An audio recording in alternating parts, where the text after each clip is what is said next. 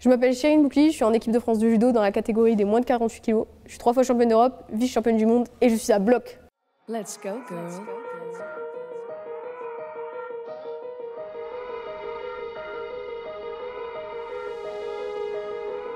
J'ai commencé avec mes frères, mes petits cousins à l'âge de 4 ans et du coup c'est mon oncle qui nous a un peu initiés et du coup son frère, mon papa qui faisait du judo aussi, donc en fait ouais, on a suivi en fait le mood quoi. Et derrière on a tout ce qu'il fait, c'est devenu une passion et enfin, aujourd'hui on continue à peu près tous à faire du judo et non c'est vraiment une histoire de famille.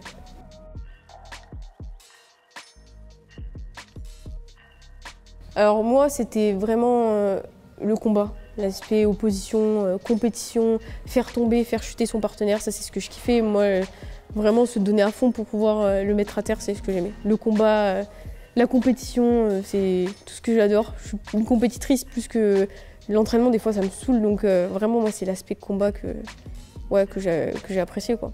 Et gagner c'était...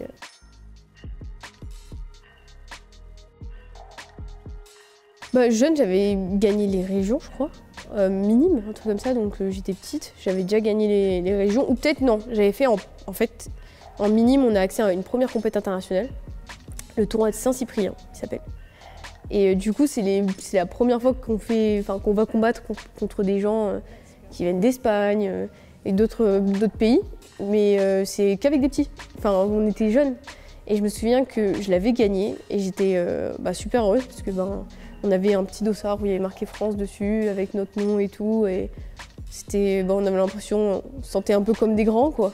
Et ça ouais, j'ai trop aimé ce tournoi. Même je me souviens qu'il y avait une musique qui tournait et lorsqu'elle tournait et qu'on mettait un hippon, et on pouvait gagner il y avait un truc à gagner en plus. Au hippon, lorsque la musique retentit, celui qui met un hippon à ce moment-là, du coup on était déter en fait. Limite à ton combat, t'attendais la musique, je me souviens. Et bon, j'avais pas réussi de mettre hippon pendant la musique, mais j'avais gagné la compète, j'étais contente.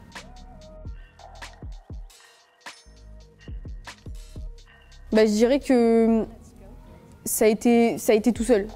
C'est un cheminement qui s'est fait au fur et à mesure parce que j'ai avancé entre guillemets dans ma petite carrière au tout début, donc je faisais mes compétitions, moi j'aimais que ça, je voulais être une championne, je ne savais pas le chemin et en fait je prenais compétition par compétition, je voulais jamais perdre et au final ça te mène quelque part mais tu sais pas comment t'y vas. Et donc non, j'ai pas eu forcément de déclic, c'était vraiment sur le tas. À chaque fois on me disait là il y a le tournoi de France, Cadet Thune, t'as accès, c'est comme un championnat de France, mais c'est pas vraiment un championnat de France. Donc du coup, tu as accès à ça. Après, t'as les championnats de France, après t'as une première sélection internationale. Et en fait, petit à petit, t'avances et on te dit, tu veux rentrer en structure. Ok, je rentre en structure. Et tu suis ce rythme, mais tu sais pas où ça va te mener, mais tu sais que c'est le plus haut que t'atteins au fur et à mesure. Donc ouais, Paul, oh ouais, trop bien. Là, je suis au plus haut, quoi. Et après, on te dit, là, t'es assez grande pour aller là, donc trop bien. Et petit à petit, t'avances et tu tombes à l'INSEP. Et après, tu tombes avec les meilleurs Français, Françaises. Et après, on te dit qu'il y a les France. Après, t'es un espoir pour les Jeux Olympiques, enfin, tout ça. Et ça t'arrive comme ça, en fait, sur le moment. Je pense que les générations aujourd'hui, c'est différent. Parce que maintenant, ils sont un peu spoiled de partout. Ils savent comment on devient un grand champion, ils savent les grands chelems, ils savent tous les trucs comme ça. Mais moi, je sais qu'en venant d'un petit village, à la différence des personnes qui viennent de Paris, où ils ont toute cette infrastructure et tout ce système qui font que ils sont au courant, moi, en fait, j'étais un peu naïve et du coup, j'ai pas eu de réel déclic jusqu'à qu'on me dise t'es un potentiel, ouais, t'es pas mal, t'as du talent, etc. Donc tu dis, ah ouais, ça veut dire que je peux être une grande championne, etc. Donc t'avances avec ça et après, tu crois en toi jusqu'au bout, même quand tu perds, et tu continues, tu rebondis, et on arrive ici, quoi.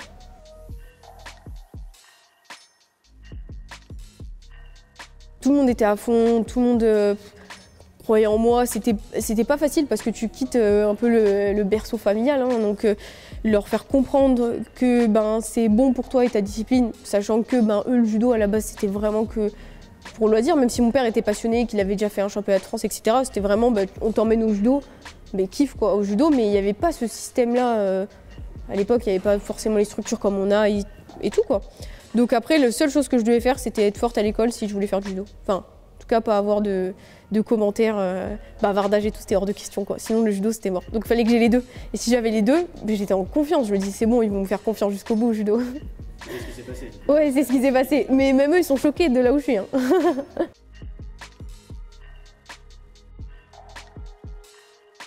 quand je suis rentrée à l'INSEP en 2016, donc je venais du coup du sud, où ben ouais, en fait j'étais vraiment pas mal donc, dans la structure. La réalité c'est que je tombais jamais à l'entraînement, j'étais forte quoi, et en face de moi voilà, ça se passait très bien. Quand je suis rentrée à l'INSEP, c'était différent. Donc j'avais 17 ans. 17 ans, tu as des filles en face de toi qui ont 10 ans de plus que toi, qui ont de l'expérience. Et du coup, ben, quand tu arrives sur le tas, au début, quand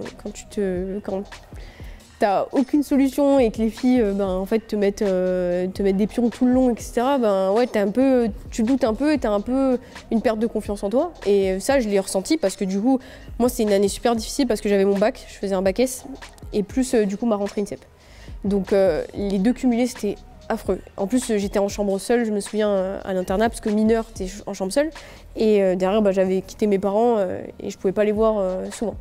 Donc ça, c'était la période la plus difficile, où derrière, je voyais mes performances. Bon, j'étais médaillée au championnat de France, mais ce qui était international, ça passait pas. J'étais peut-être la 4e française de ma caté. Derrière, il y a des filles qui faisaient les Europes, etc. Moi, j'étais pas sélectionnée aux Europes ni au monde. Parce que, ben, en fait, je m'exprimais pas du tout en compétition. J'arrivais pas parce que je pense que j'avais plus l'habitude peut-être de faire tomber, que je m'étais comment dire, en fait à force en fait c'est pas subir mais c'est comme ça, c'est le jeu, elles sont plus fortes que toi et que t'as pas l'habitude, ben forcément en fait tu te mets dans un tu sais, ta bulle elle se restreint et t'es en mode en fait tu te livres plus, tu sais plus faire. Genre, je pense que c'est un truc comme ça et du coup ben c'était vraiment difficile. Et je me souviens qu'un été, du coup je faisais pas les Europes ni les mondes, mais en fait l'été on fait des stages d'été. Et donc, tu vois, les filles qui vont faire les Europes, les filles qui vont faire les mondes en junior, etc., en cadet, enfin bref. Et toi, t'es pas dans le truc. Et je me souviens que mon entraîneur, il croyait en moi, il était à fond. Et c'est ça qui m'a aidé aussi d'avoir un entourage qui permet, en fait, justement, de te faire comprendre que, ouais, tu peux réussir, en fait, accroche-toi et on va y aller tous ensemble, quoi. T'es pas seul. Donc, du coup, on s'était mis comme objectif, en fait, à 4 mois pour être championne de France senior, alors que j'étais, du coup, junior. Et je me souviens, c'était trop. Mon entraîneur Kylian Lebouf, du coup, il m'appelait tout le temps en stage, etc. On se donnait des thèmes, etc. Donc même si c'était dur, j'y allais. Et je me disais, en fait, ça m'a donné un peu cette adrénaline, cette haine un peu de pas pouvoir de pas faire en fait, et de voir que d'autres vont, qui était en moi. Et ça m'a en fait donné la motive et la détermination d'aller chercher plus et de prouver. Même si sur le moment, en fait, c'est pas moi j'avais pas fait les résultats, je ne méritais pas, mais en mode, ouais, bah vous allez voir en fait. Enfin, là, j'ai pas fait les résultats, mais vous allez voir, je vais arriver quoi. Et ben, ce qui s'est passé, c'est que 4 mois après, je suis championne de France en 2018, senior en étant junior.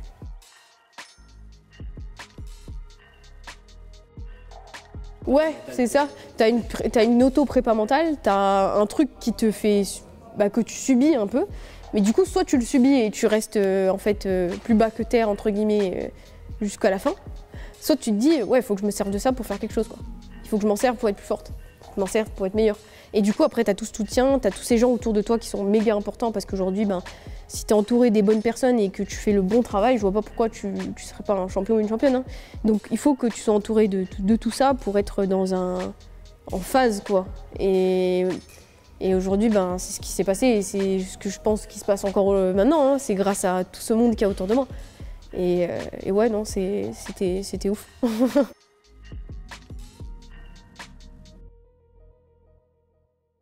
Let's go, girls.